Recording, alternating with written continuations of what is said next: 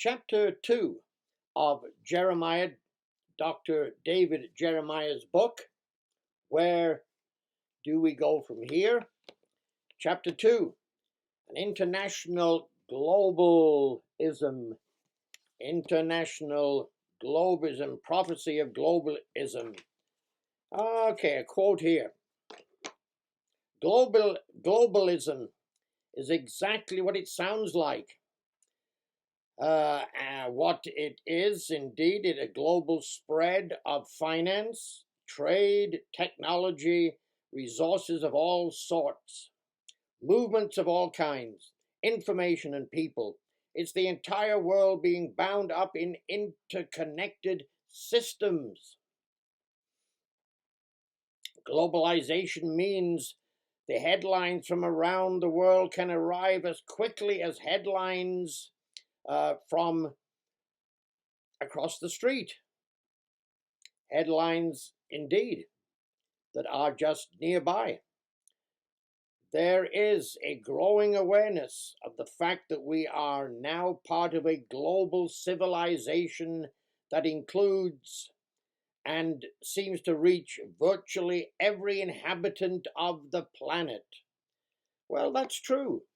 I mean, we are in an age of technology, and I think it's to be expected.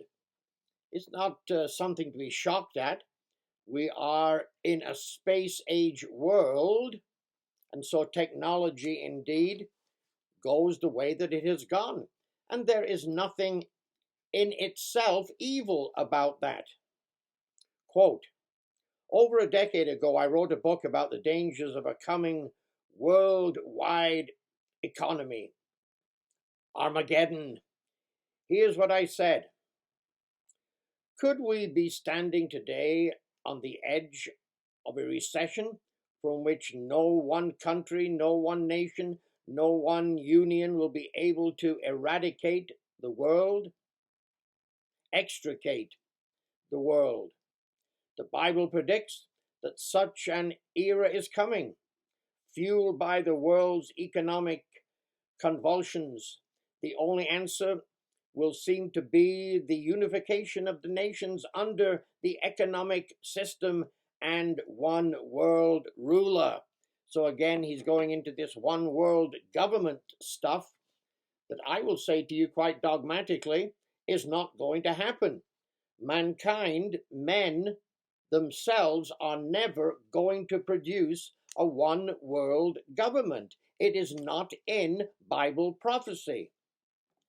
Another quote, to summarize what I've thus said, the world has been getting smaller with each passing era, its interconnectedness greater, and its inhabitants more vulnerable to a one world government given the right conditions. The events of the recent years, including the COVID-19 pandemic, have only accelerated the discussions and increased the trajectory of globalism. No, my friends, it may do a lot of talking around the world. Nations may want to cooperate with each other more than ever in certain ways, but there is not going to be a human one world government. Another page 37 in his book, page 37. The whole world, every tribe, people, language, nation, all inhabitants of the earth, this Antichrist will rebuild the ancient city of Babylon for his world capital. Isaiah, it's a 14. And of course, there is those words there. But he doesn't understand.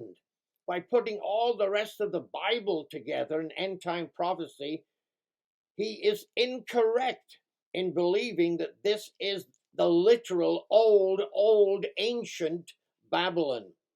That particular Babylon is not going to be rebuilt to become kind of the center of the earth and something that the Antichrist is going to delight in. Just not going to happen.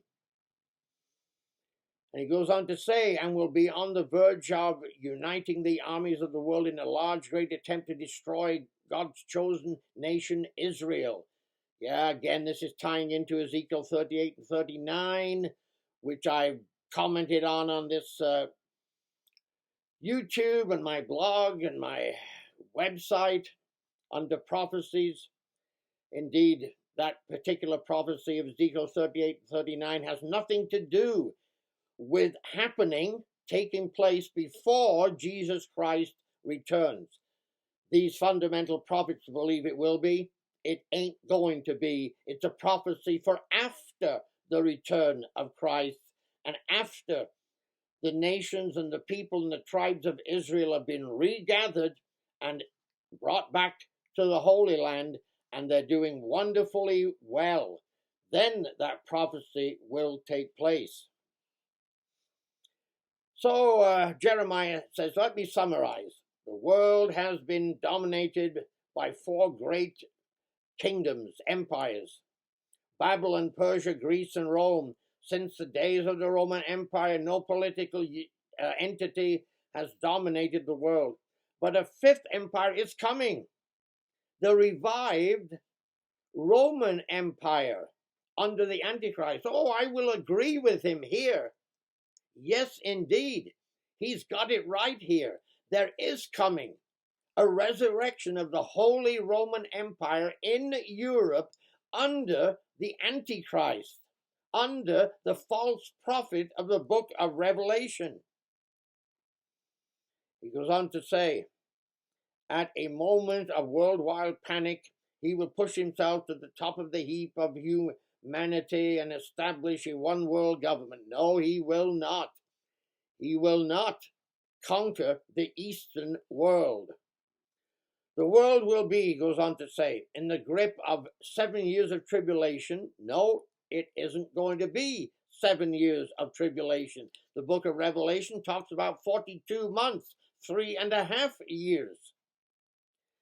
Goes on to say, and near the end of the time of distress, the armies of the world will march against the nation of Israel to destroy it. No, they will not.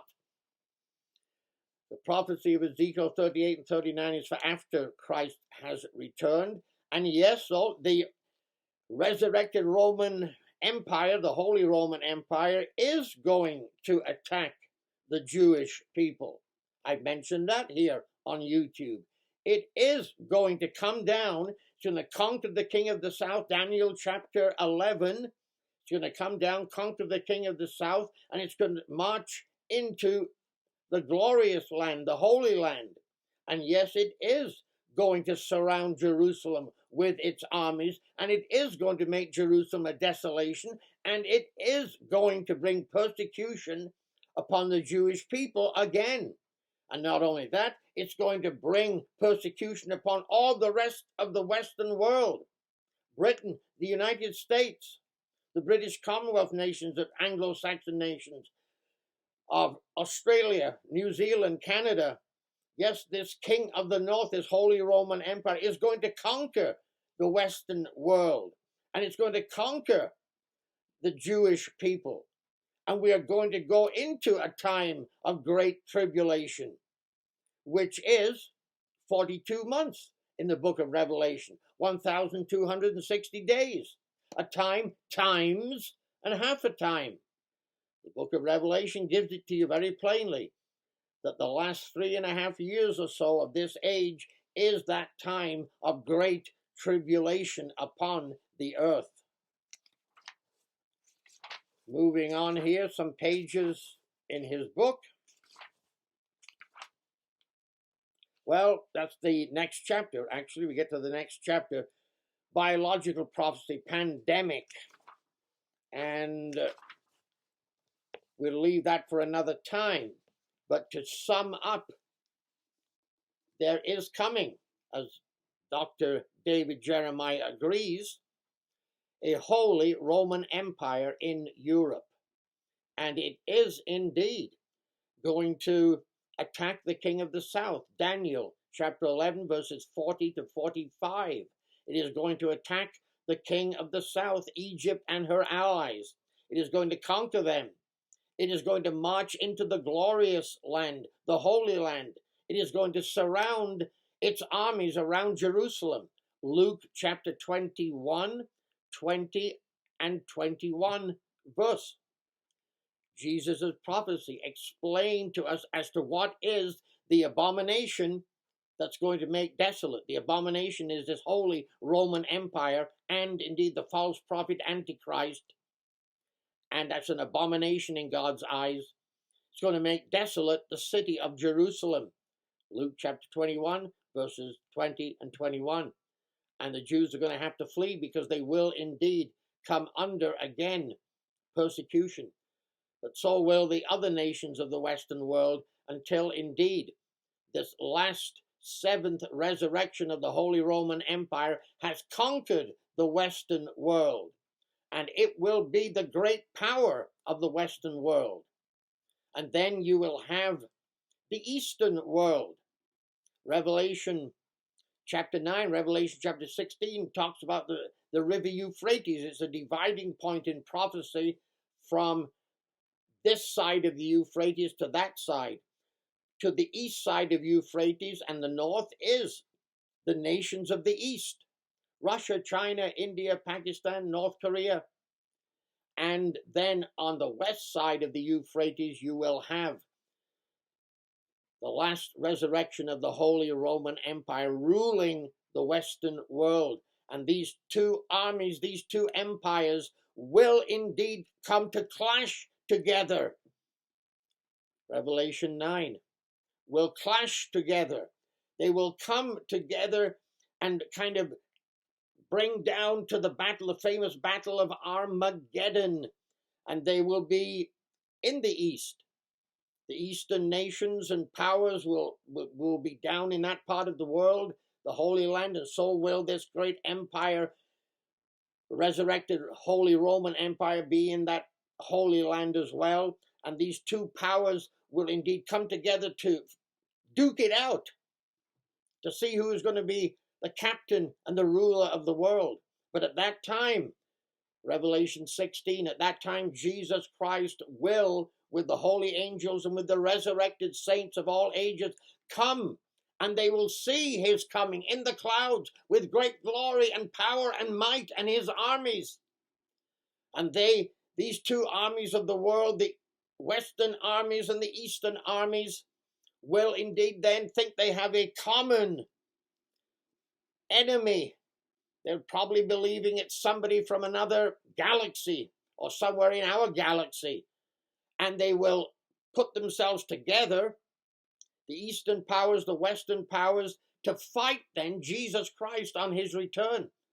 And the book of Zechariah chapter 14 tells you all about that, tells you about this great battle that will take place. And in that day, it says, Jesus' feet will stand upon the Mount of Olives. And all of that then is just a summation of Bible prophecy. You can find all about Bible prophecy on my website.